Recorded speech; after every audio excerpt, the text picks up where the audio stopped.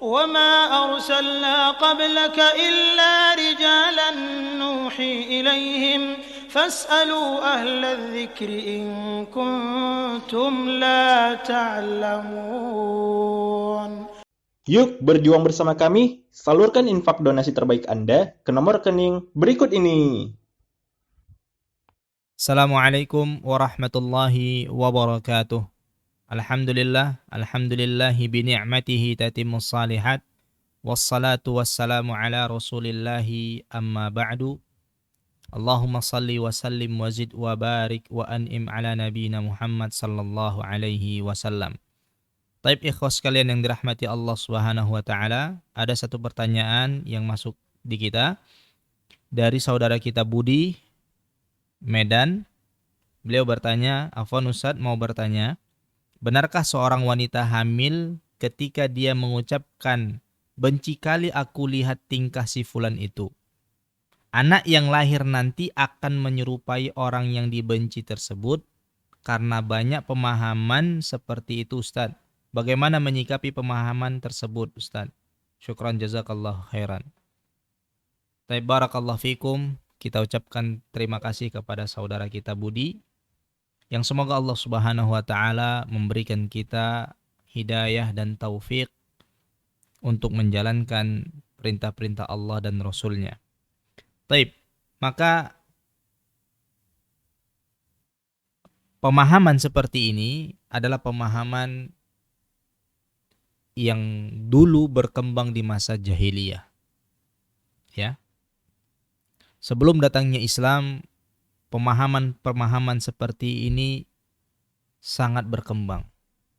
Ya. Yang mana seseorang itu sangat percaya ya dengan ucapan-ucapan yang seperti ini. Ini kalau kita bahas tentang akidah, ini termasuk dalam bab akidah ya. Ini seperti tatayur ya, tatayur. Mengundi nasib. Ya. Tatayur itu. Kalau dahulu orang Arab itu mengundi nasib dengan burung, maka dinamakan tatayur. Yaitu sebelum mereka bepergian melakukan perjalanan, mereka itu membawa burung ke depan rumah, kemudian mereka terbangkan burung tersebut. Maka kalau seandainya burung tersebut terbang ke kanan, maka mereka melanjutkan perjalanan, artinya melanjutkan safar mereka. Mereka jadi pergi. Karena mereka menganggap itu kebaikan. Tapi kalau seandainya burung itu terbang ke kiri, ya, maka mereka tidak jadi pergi karena mereka menganggap akan ada keburukan yang menimpa mereka. Sama seperti ini. Ya. Kita mengucapkan benci kali aku sama dia. Ya. Sehingga mereka atau wanita-wanita tidak boleh mengucapkan itu. Tidak bolehnya bukan karena memang nggak boleh mengucapkan keburukan, tapi apa? Takut anaknya seperti orang yang dikatakan tadi. Ya, ini yang harus kita pahami. Dia mengucapkan tidak kesukaannya bukan karena agama, bukan karena dalil, tetapi takut, khawatir anak yang dikandungnya itu seperti orang yang diucapkannya tadi. Nah, ini adalah perkara ghaib. Ya, perkara ghaib. Kenapa kita bilang perkara ghaib?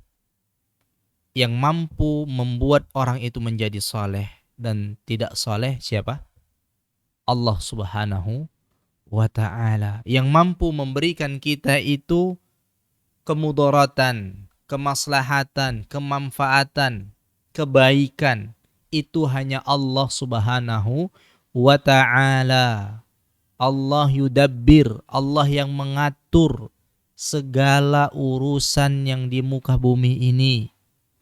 Allah yang maha pencipta, Allah yang memberikan rizki, Allah pula lah yang memberikan kebaikan dan keburukan untuk kita.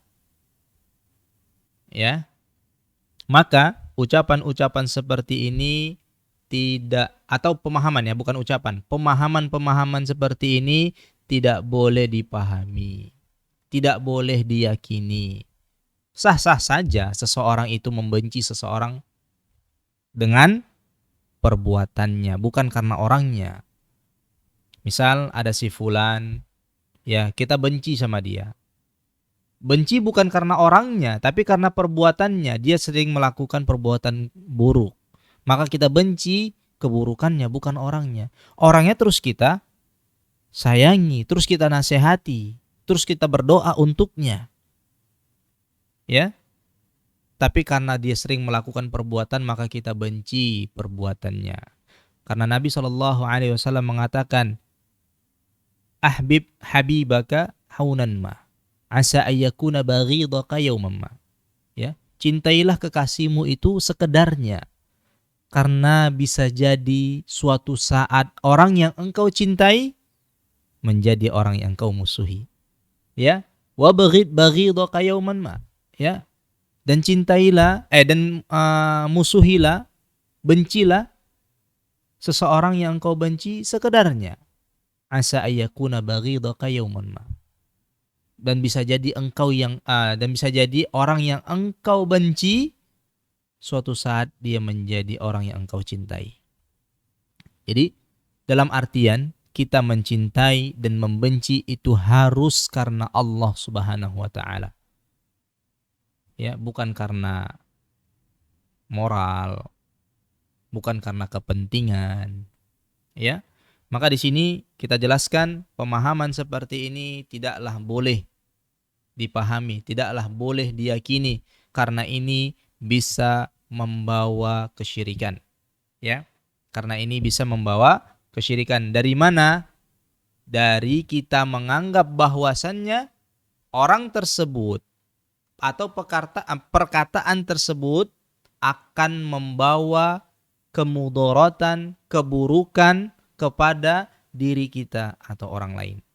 Sementara yang mampu memberikan kemudaratan, mengangkat kemudaratan, memberikan maslahat, kemanfaatan, itu hanya Allah Subhanahu wa ta'ala. Dan juga hati-hati dengan misal yang sering kita alami, ada kupu-kupu yang masuk ke rumah kita. Maka kita langsung sontak ya. Kita langsung mengatakan, ada tamu baik nih datang. Ya, ada tamu baik datang. Nah, ini enggak boleh diyakini. Ya, tidak boleh diyakini karena ini adalah salah satu bentuk dari tatayyur tadi. Wallahu taala alam. Assalamualaikum warahmatullahi wabarakatuh. Nyatat, nanya Ustadz. Anda punya pertanyaan tentang agama, hukum, dan ilmu? Yuk, ajukan pertanyaan Anda ke nomor berikut ini. Jazakumullah khairan.